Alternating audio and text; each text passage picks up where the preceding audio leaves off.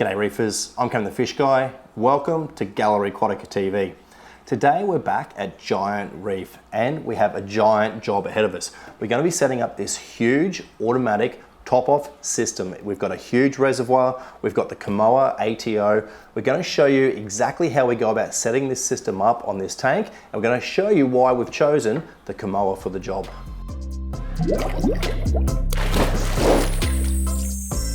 We're going to start by cutting a bit of this rubber for underneath the automatic top-off reservoir, and then we're going to put the reservoir in under the tank. Now, we normally use foam, and foam is easier to work with. However, I happen to have this black rubber, and it will do the job okay, but we have to cut it to size. So I'm just going to start by putting the tank on so we can use it as a template. And that's it. And I've got a razor and I'm going to cut it to size.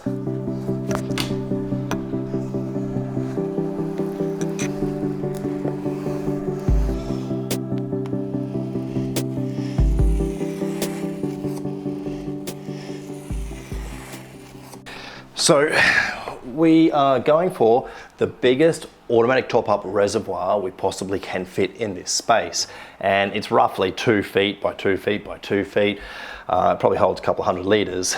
Now, the hardest part today is going to be getting this inside this section here because it is tight.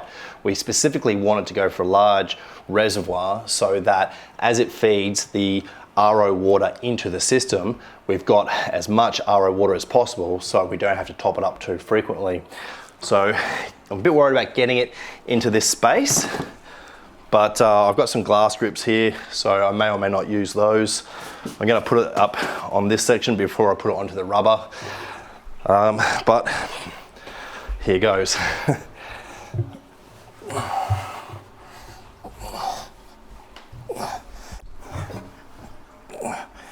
Oh boy, it's close. That hinge.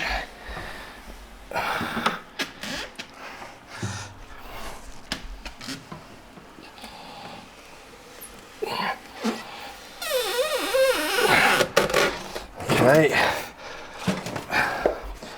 So we're probably going to see why I hate this this rubber sheeting. It's really hard to work with, but I'll walk it back as much as I can. That's about it. Okay.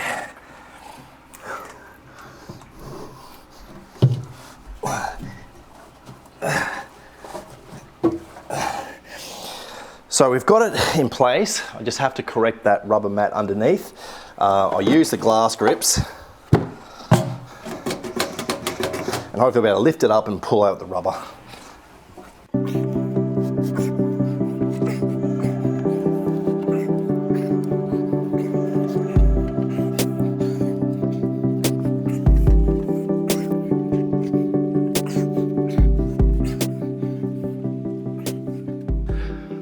We have it in place finally, and it definitely looks great in position. It's huge, exactly as I had planned, and I've specifically left a space between the sump and this automatic top-up reservoir so that we can put a UV sterilizer unit down there.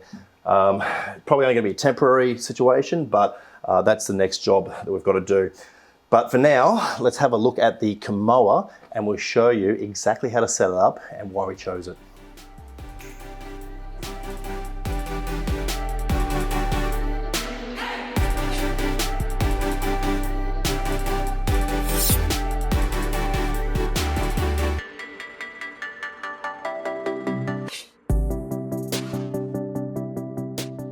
Our Kamoer ATO system is going to feed RO water from the reservoir into the sump to compensate for the water lost through evaporation. And so we've got our controller with sensors, and you'll know that there's 2 sensors. We'll talk more about that in a second. And we've got 2 cables from the bottom, one of which goes to the power, the second of which goes to the pump. Now the pump is going to sit in the reservoir.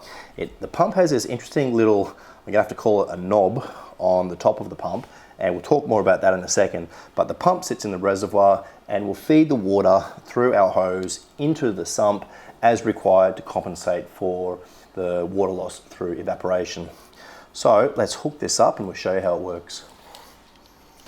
I'm going to put the glass lids on our reservoir just so I can rest things on it as I work. And I have to mention the first reason why, or one of the first reasons why I chose this Kamoer, is it is very good value. There's quite a few cheaper options for automatic top-up on the market, but I think that this Kamoer is probably the best compromise between price and function. The fact it has two sensors is a big advantage, and of course the first sensor is the sensor that it holds the water level to in your sump. The second is an emergency overflow system, so it'll stop the water going past the second sensor. It won't continue to feed in, flooding the sump, which is definitely something that's important with a reservoir of this size. We don't want it to fail in a way that feeds all the water into the reservoir. And I'm going to stick this controller on the front here, but I'm just struggling with my lack of fingernails to get this 3M double-sided tape to come off, so just give me a sec. All right, so I was going to stick this here in the corner.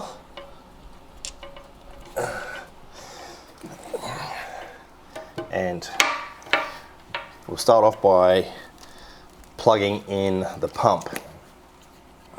Now, I made mention of this little knob at the top here. Now, the idea of this knob is if you position the pump correctly, which is with the suction cup down like so, and your hose coming out like this, you'll actually find that the idea of this is it's a sensor that allows the pump to stop pumping when or if the water in your reservoir gets down too low. So in other words, it stops the pump from burning out if you get to the point that you forget to top up your reservoir. Now that's an important consideration, because a lot of the cheaper pumps, and like I said, this is very good value, it's not an expensive ATO, but a lot of the cheaper systems don't have this. They also don't have the second sensor, which we'll look at in a sec, but I'm going to start by putting in our pump.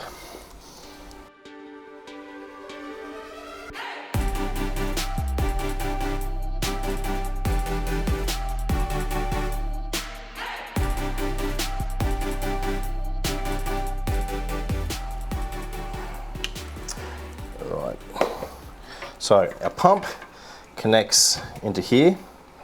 So I should also mention that this is a very easy unit to set up. You can't get the pump wrong. It will not fit into this one here. That's your to the power. So here we go.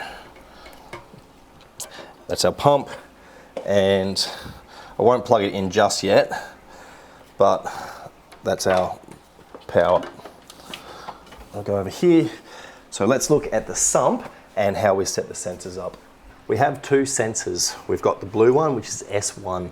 Now that is going to be sitting at our water level, and the red one, which is our anti-overflow system, will be a couple of inches above that. So we have two magnets. I'm going to set the sensor up at the front, like so. It'll sit right there, and we'll put the red one on the side, a couple of inches above that, and they'll just sit there. Now, I may put a bit of silicone on this magnet in the future, just so we don't accidentally knock it off, and that way it'll hold in place.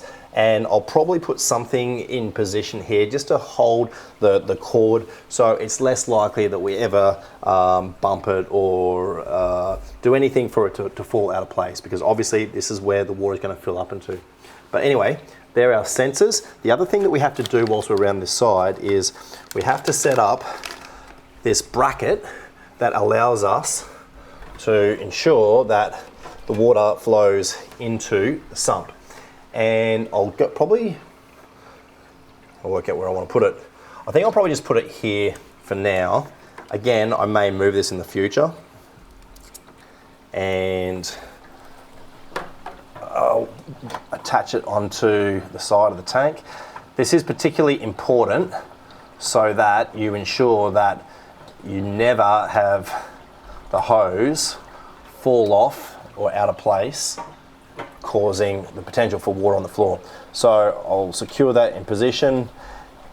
I typically want this to be as high as possible, and I'm going to cut this off. I'll just grab a razor. I cut this off here. All right. Now, there we go. We have our pump with our hose connected, secured into place on the side of the sump. We have our water level optical sensor just down here. We have our emergency sensor just there a couple of inches above. And there's one more part we have to set up, and that is our siphon break. So we'll go back to the other side and show you how we set that up. I'm going to put our siphon break in place about a couple of inches, 4 or 5 centimeters from the top of our automatic top-up reservoir. Now the idea of this is just it reduces the chance of water siphoning from the automatic top-up reservoir into the sump. Now it's unlikely to be a problem with this setup because we have our hose going in at quite a high point in the sump. But I'll put it in anyway, and that way we'll be doubly sure that we won't have water flowing from the reservoir into the sump through gravity. And I'm just going to cut it with our razor, and like so. It'll sit there.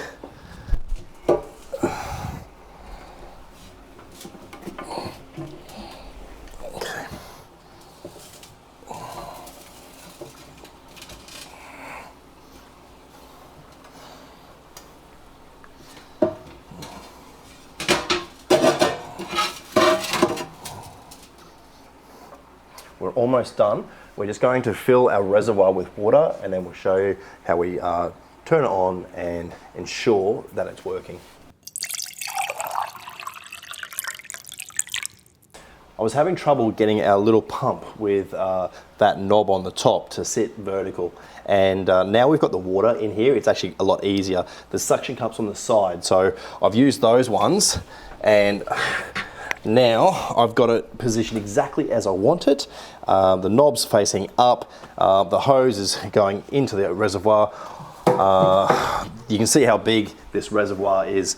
I put 100 litres of water in it and only half filled it. So I'll shut this, and now we'll turn on our Kamoer ATO. So you see you've got the indicator buttons or LEDs. So the green is power, so we know there's power to the unit. That's an obvious one. But we've also got filling and alarm. So when the pump is activated by the sensor and it's filling water across, we'll see this little one light up. So let's look at the sensors, and I'll show you the tests that I do to ensure that this ATO is running correctly. So what I always do, I start with the sensor underwater, and I raise the sensor so that it comes up and out of the water, and this simulates the water drop in the sump. You can see our water is being pumped across. So I'll now move that down, and I know that that means that it is going to feed across when the water level drops through evaporation. Now the next test I'm going to do is with the emergency sensor. So I'm going to raise the bottom sensor up and then drop the second sensor and see what happens. So up out of the water, this will start filling. Now this one goes down, hits that sensor, cuts the power to the pump, so it's not going to continue to fill, and you can hear it starts beeping. Let's have a look at the controller. Alarm. That's good.